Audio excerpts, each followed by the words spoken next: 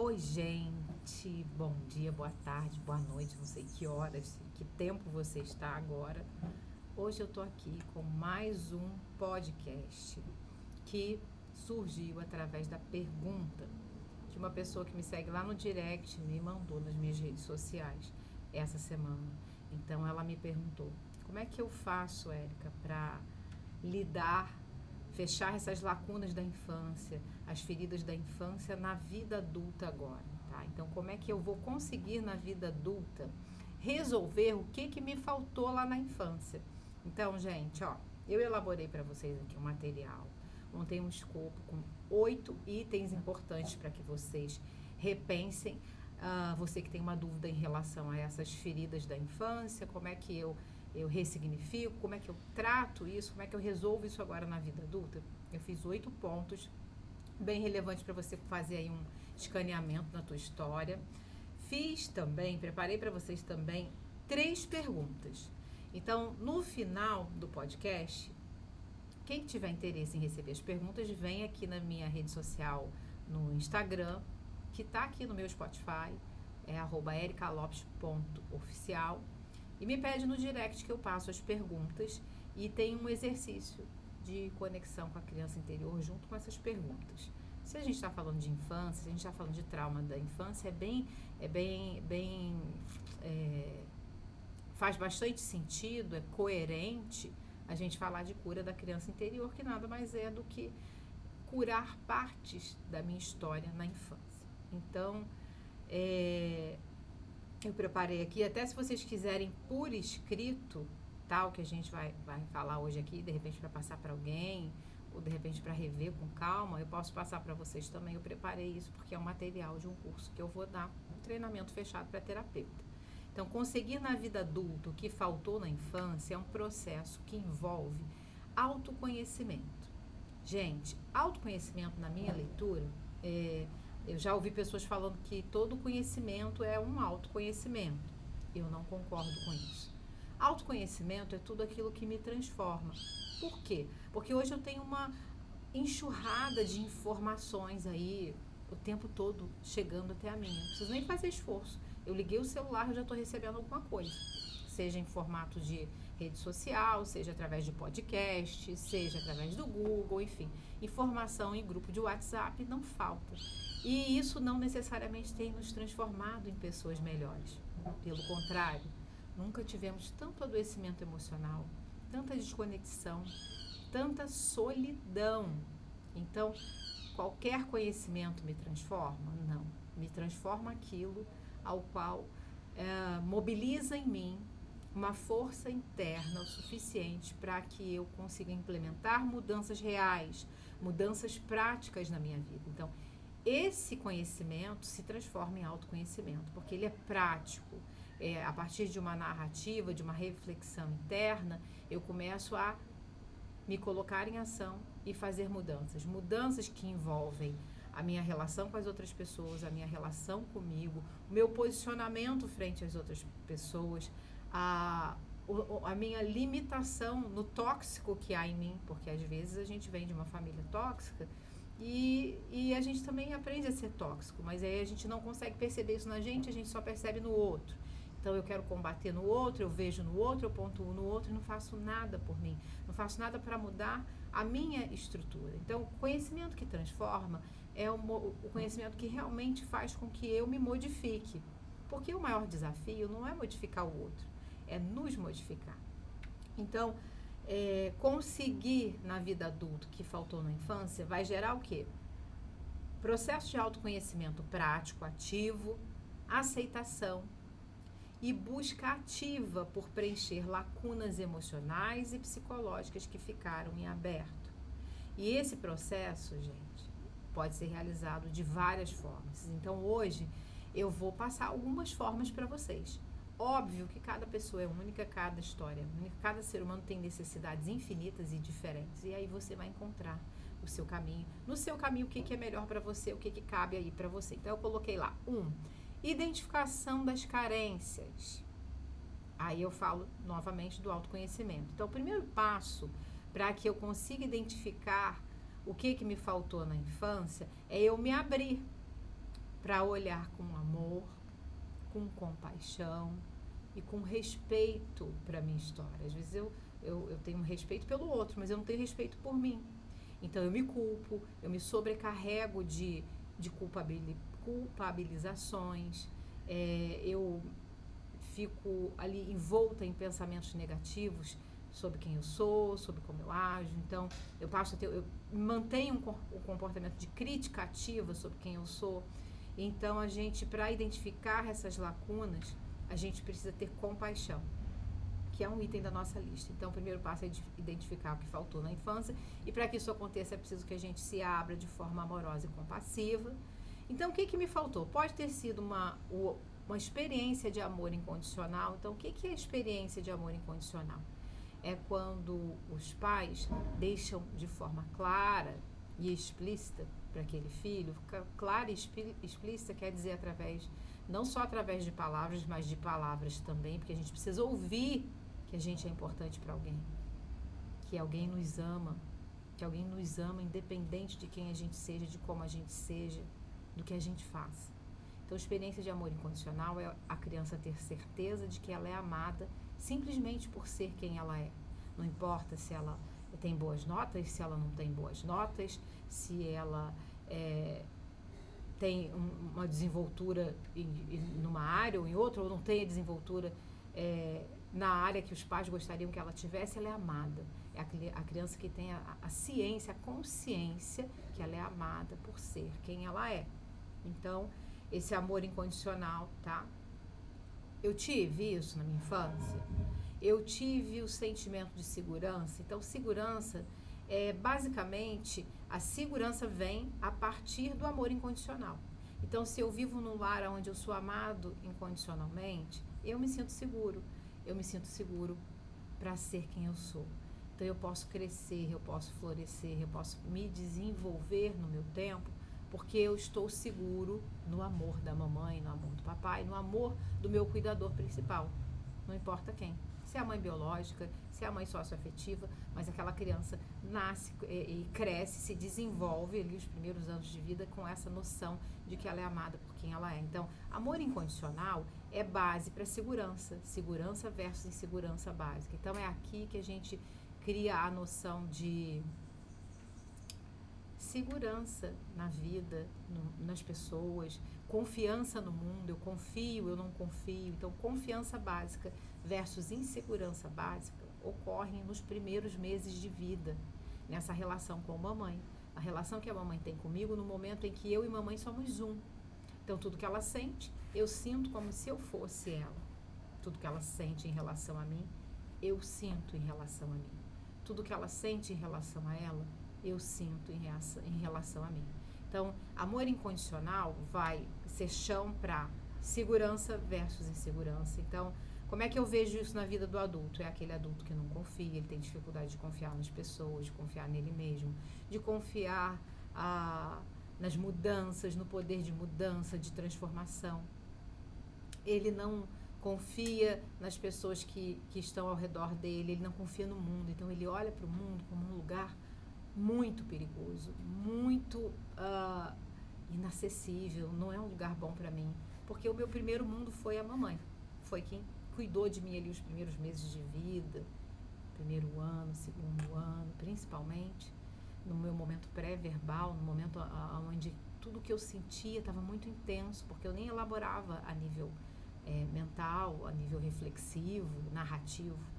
Então, esse cuidado básico, essa segurança, essa validação acontece através do amor incondicional, que vai permear e vai me ajustar em relação a confiar no mundo ou não confiar no mundo, confiar nas pessoas ou não confiar.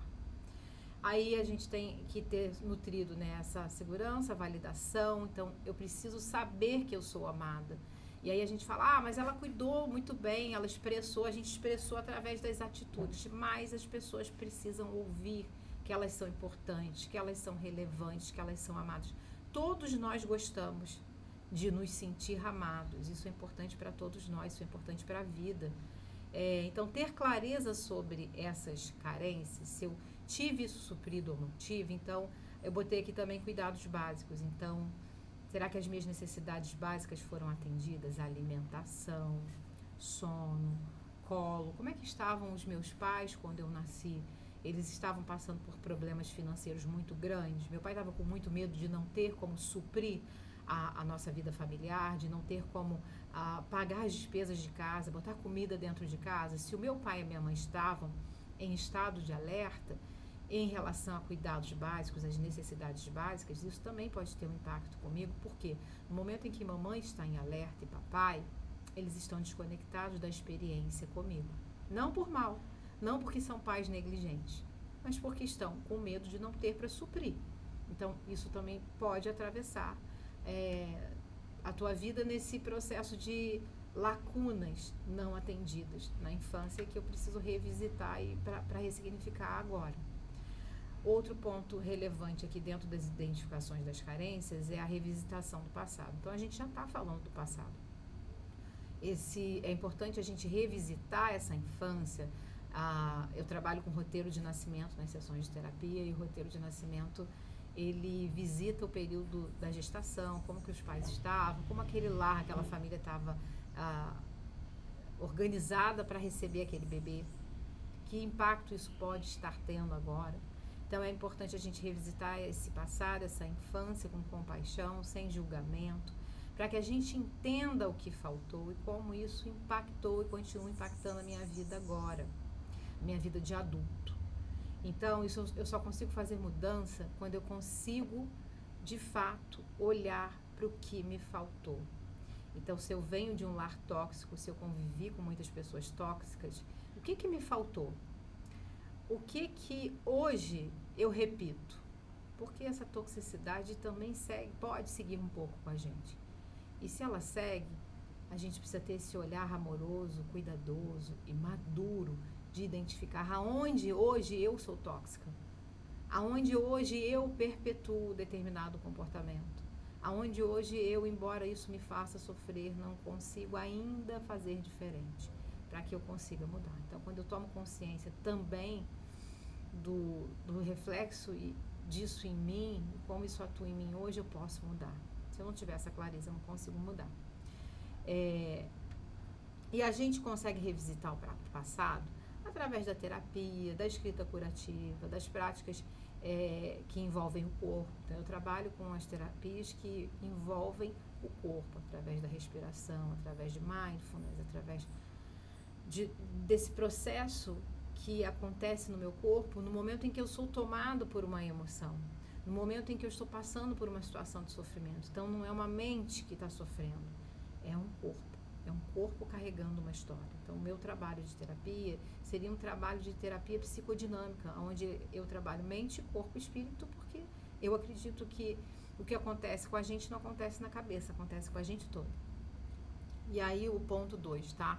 Trabalho terapêutico, psicoterapia. Então, trabalhar com um psicoterapeuta pode te ajudar a desenterrar emoções suprimidas, padrões de comportamento que te levam ao sofrimento, trabalhar então com essas emoções reprimidas que acabam fazendo com que você não só não receba amor, mas também não consiga oferecer esse amor puro, esse amor incondicional, por exemplo. Então, a terapia é um caminho, mas eu não estou dizendo que tem que ser através da psicoterapia. Você vai encontrar o seu caminho. A psicoterapia é uma das vias, seria uma das ferramentas. Então, a gente pode usar terapias como a da cura da criança interior, que é uma forma de trabalho que eu utilizo, programas de atendimento exclusivo de cura da criança interior, as terapias psicodinâmicas, que eu falei para vocês agora, reparentalização. Então, a gente pode utilizar a reparentalização. O que é a reparentalizar? A palavra já explica um pouco, né, gente? Então, vamos lá.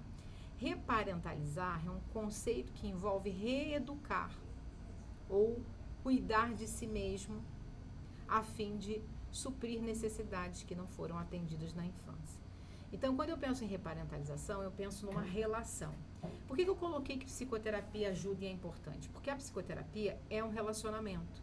E eu preciso estar aberto para um relacionamento, para que eu exercite, para que eu me reeduque, para que eu aprenda a me relacionar de um jeito diferente, que foi o jeito que eu aprendi e que me fez sofrer e me faz sofrer até hoje. Então, terapia, ela exige muito, porque é um relacionamento.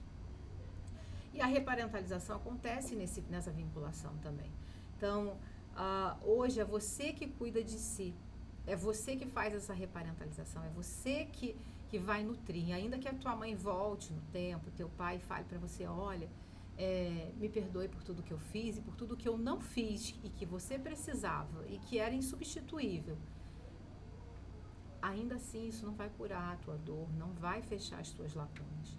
Porque as tuas lacunas que estão abertas hoje, somente você tem o poder de conseguir fechar. Isso tem um lado bom, né? Porque daí não cabe ao outro, cabe a gente. A gente vai reparar o que está em nós, agora que a gente tem consciência de que é possível mudar. Então, essa reparentalização, você pode utilizar autoafirmações, afirmações positivas, práticas de autocuidado que você vai escolher, quais são as práticas que você gosta de fazer, e vai criar o hábito de ter um diálogo interno amoroso, cheio de compaixão, de respeito com você, por você. Na reparentalização, a gente pode pensar também em pessoas saudáveis, pessoas que me transmitem segurança psicológica, segurança emocional, aos quais eu posso contar, eu posso estar perto, eu posso ir para me nutrir. E vou cuidar para que eu me torne alguém que seja um ponto de nutrição positiva para outras pessoas também. Terceiro item, buscar por novas experiências. Então, construção de novas relações. Porque o que acontece? A gente busca novas relações, só que a gente busca novas relações no mesmo padrão. Então, eu acabo buscando pessoas, quando eu não tenho a clareza do que me faltou, quando eu não estou protegendo as pessoas que eu amo e me desprotegendo em consequência disso, que isso acontece quando eu nego o que aconteceu. A paciente um dia me falou, será que eu não estou desonrando quando eu reconheço o que me faltou na infância, o buraco que a mãe me deixou? Uma paciente minha, filha de mãe narcisista. Eu falei, a gente desonra quando a gente não reconhece a história de tal forma que, com esse reconhecimento, a gente possa mudar para a próxima geração. Porque à medida que você cria consciência, você se modifica, você está ajudando toda a tua família, todo o teu sistema. Quem vem depois de você recebe isso. Então, não é desonra reconhecer a tua dor. A tua dor justamente está aí alojada hoje, porque no momento em que você sentiu, você teve que reprimir, ficar sozinha para se proteger, para passar pelo mal menor e para proteger quem deveria estar te protegendo. Então, o caminho é fazer o contrário. Tem que reconectar, tem que curar. E a gente cura trazendo das sombras aquilo que está me perturbando como pano de fundo, que está me impedindo de me realizar, de realizar o meu pleno potencial, de me tornar quem eu sou.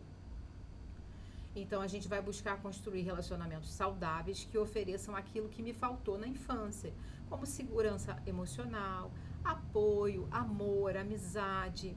Então, amigos, parceiros, professores que podem desempenhar um papel crucial na minha restauração, no meu reequilíbrio, no meu encontro com quem eu sou, com quem eu nasci para ser, pessoas que possam me aceitar tal como eu sou. Desenvolvimento pessoal, tá? Então, desenvolvimento pessoal eu coloquei dentro de buscas por novas experiências. Então, buscar novas habilidades, hobbies, interesses que alimentem a alma e proporcionem um sentido de realização. Eu coloquei aqui o que eu faço, né? A prática de mindfulness, atividades físicas, eu faço yoga, hobbies criativos que podem ser especialmente benéficos e hobbies às vezes que você nunca pensou. Mas você pode fazer algo que você pensava quando era lá menininha e ficou para trás. Tanta coisa aconteceu, a vida exigiu tanto de você que ficou para lá. Eu, por exemplo, estou pintando aquarela e eu sou péssima em desenho, tudo com a mão para mim é complexo, coçou aqui da cabeça. Mas eu estou pintando, eu estou me exercitando, eu estou fazendo yoga, eu estou fazendo um caminho diferente que foi o meu caminho condicionado. Autocompaixão e perdão, já falei para vocês desde lá do início, não tem nenhum processo de recuperação da nossa criança interior, do nosso eu autêntico, que não envolva compaixão, perdão por si mesmo. Então, a criança, quando ela não tem as suas necessidades atendidas lá na infância, quando ela não consegue receber o que ela precisa, ela não tem essa conexão com a mãe, e essa conexão ela é fundamental, a expressão desse amor, a vivência desse amor. Quando ela não tem, ela passa a odiar a si mesma, ela acha que ela é culpada por não ter aquilo. Ela não pensa que a mãe tem algum problema e que há um desequilíbrio né, na nutrição daquilo que ela precisa. Não, ela passa a odiar a si. Tem um problema comigo, há algo de errado comigo. Então, eu preciso ter autocompaixão e me liberar desses pensamentos. Não tem nada de errado com você. Não tem nada de errado em você falar sobre o que você passou, sobre o que fizeram com você. Faz parte da tua cura você deixar com o papai, com a mamãe, com o titio, com o primo, com o vovô, o que eles fizeram de torto, de errado, de sujo, de ruim, de negligente com você. Eu deixo com vocês o que é de vocês e fico com o que é meu. Essa responsabilidade não é minha. Isso é autocompaixão, isso é auto-perdão. E isso é devolver ao outro o que é do outro. Isso não é meu, mamãe. Isso não é meu, papai. Eu te devolvo, eu te entrego. Essa responsabilidade quem carrega é você. E agora eu vou me cuidar, vou me reestruturar para que eu faça diferente. Então, isso é bem importante. Então, perdão e liberação. Aprender a ser gentil consigo mesmo e a se perdoar pelas coisas que você passou, que muitas delas você não teve a menor... você não escolheu aquilo, você chegou num script pronto te esperando. Você chegou num filme que já estava rodando, entrou no meio do negócio lá e já estava, a história já estava lá. E aí as coisas foram chegando até você e você tinha que se manter viva. E para se manter viva, a gente vai encontrando as saídas, né? Para que a gente consiga passar sem sucumbir. 5º ponto, criação de ambiente de suporte. Gente, o que é isso? Rede, precisa de rede, todo mundo precisa de rede. Isso inclui terapia de grupo. O povo parece ter um certo preconceito de terapia de grupo. Terapia de grupo é maravilhoso. Terapia de grupo é uma forma de reparentalização fantástica. Você vai ter lá um cara que vai te encher o saco, você vai sair da sessão lembrando dele, uma menina que você fala, que pentelha, e vai ficar lá matutando nela. Aí quando a gente vai olhar lá quietinho, aquela menina tem a ver com a minha irmã, com a minha tia, eu começo a ouvir coisas, aquilo me irritou tanto que o fulano falou, mas são coisas que estavam na minha sombra, eu passei por aquilo, e até agora eu não tive condições de verbalizar. Mas quando ele falou, isso voltou em mim, e agora eu estou pensando que, na verdade, eu posso fazer algo em relação a isso.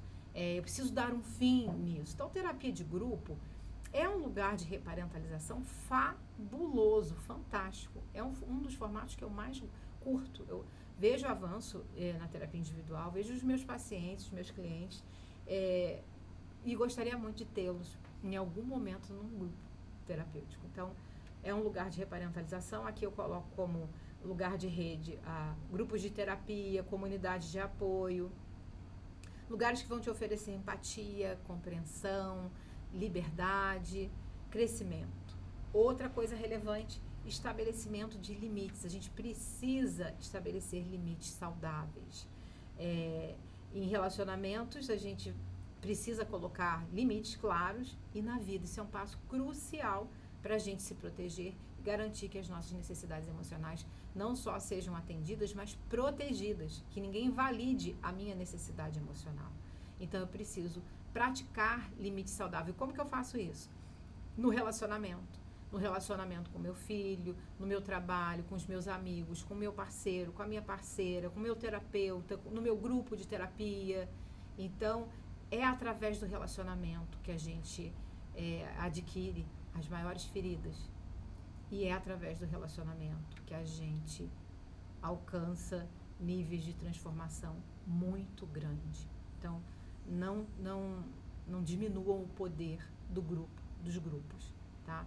Quando a gente fala de crise de solidão, a gente está falando de falta de rede, de falta de grupo, de falta de sentimento de pertencimento, de lugares seguros aonde eu possa estar e me sentir um com todos. Transformação da dor em crescimento. Então, por que é importante falar para vocês de imediato que eu não preciso sofrer, passar por abuso, por violência, por um monte de coisa ruim para crescer, para evoluir? Isso é erradíssimo. Eu não preciso passar por isso. Primeiro ponto. Você não precisa passar por isso. Agora, se você passou, você pode transformar a sua experiência ruim de dor, de sofrimento, de dificuldade. Isso pode se tornar um combustível para o crescimento pessoal, espiritual, para o desenvolvimento da resiliência. Então, isso pode se transformar em resiliência. Mas é bom deixar claro que eu não preciso ser abusada, maltratada, pisada para ser amada, para florescer. Não. Tá? É mais uma das mentiras que nos contam, porque vender adoecimento, né, gera like, gera dinheiro, enfim. Não vamos entrar nesse papo agora. Então, a gente precisa de uma vida autêntica e uma vida plena. E para isso a gente precisa transformar essas feridas através da sabedoria, do crescimento, da maturidade, através da resiliência. Então, a ferida que eu tenho, através da minha resiliência, eu vou transformá-la numa mola de crescimento. Para mim, para os outros, para quem vem depois de mim. Principalmente inibindo comportamentos destrutivos que geraram em mim as lacunas que eu tenho hoje. 7º ponto, eu coloquei aqui, tá? Mindfulness, meditação, práticas de mindfulness. Então, eu gosto do mindfulness porque é uma ferramenta que você ensina para o paciente no consultório, em terapia, e ele leva aquilo para a vida. Então, nas minhas sessões eu atendo com mindfulness, ele aprende, ele faz na sessão, eu passo para ele fazer em casa, e tem vários formatos e tipos de meditações que ele faz, e ele leva aquilo para a vida. Então, é uma ferramenta que ela é gratuita. Através do meu corpo, das minhas sensações corporais, através da minha respiração, eu aprendo a estar presente. Se por algum motivo eu aprendi a não estar presente para me proteger, então tem pessoas que têm muita dificuldade de meditar porque passaram por negligências e traumas profundos, aos quais elas precisavam se retirar do corpo. Eu preciso me desligar, não posso estar presente, porque senão eu não vou suportar o que estão fazendo comigo, o que eu estou vivenciando. E aí essas pessoas na terapia, quando a gente vai praticar mindfulness com alguma delas, algumas relatam esse desconforto em estar presente. Então a gente vai descondicionar essa experiência para que a pessoa entenda que hoje é seguro estar presente. Então ela vai aprender, ela vai passar por uma reeducação, ela vai passar por uma reparentalização, ao qual o corpo dela vai aprender a se sentir seguro novamente, estando presente. E aí vai utilizar esse estado de presença como fonte de crescimento, de evolução. Então, as técnicas de mindfulness nos ajudam a estar presentes e conscientes das emoções, sem deixar que o passado nos domine, e nos ajudando a integrar essas experiências do passado para que a gente consiga entrar num estado de paz, de cura, de equilíbrio no aqui e agora. E aí eu coloquei meditações para cura, porque eu utilizo isso como ferramenta, passo para cliente, passo para vocês aqui, coloco no Spotify, coloco lá no Instagram, meditações específicas para a cura da criança interior, para esse desenvolvimento de uma autoimagem saudável. Isso tudo ajuda muito. E é gratuito. Vocês encontram isso com facilidade. Eu, por exemplo, sempre distribuo isso nas minhas redes sociais de forma gratuita. O último item é um item muito relevante. Ele, de novo, vai levar a gente para a questão do grupo, embora não seja um grupo terapêutico, tem efeito terapêutico e é no grupo. Engajamento em projetos significativos. É cientificamente comprovado que quem ajuda se sente bem, se sente melhor, tá? Então, envolver-se em atividades ou projetos que tenham um significado profundo pode preencher as lacunas deixadas na infância. Contribuir para o bem-estar dos outros, por exemplo, pode ajudar a curar feridas emocionais. Então, encontre um projeto, alguma coisa que faça os teus olhos brilharem, que faça você se sentir bem, que te dê aquele fôlego de vida, e se dedica a isso. Então, conseguir o que faltou na infância, na vida adulta, é um processo contínuo, gente, a vida toda. Então, requer o quê? Paciência, dedicação, muita autocompaixão e muito comprometimento, tá? Porque você vai passar por isso a vida toda, você vai estar reestruturando, ressignificando ao longo da vida. Não é com 5 dicas, com 5 passos. É a vida toda, isso não é ruim.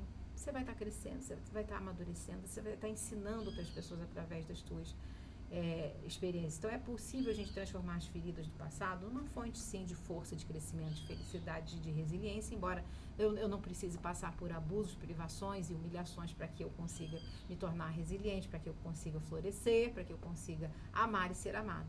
Quando isso acontece, óbvio, eu posso passar por transformações e me trabalhar para transformar essas feridas em força, resiliência, felicidade, criando uma vida mais plena, mais autêntica, né? Mais pé no chão.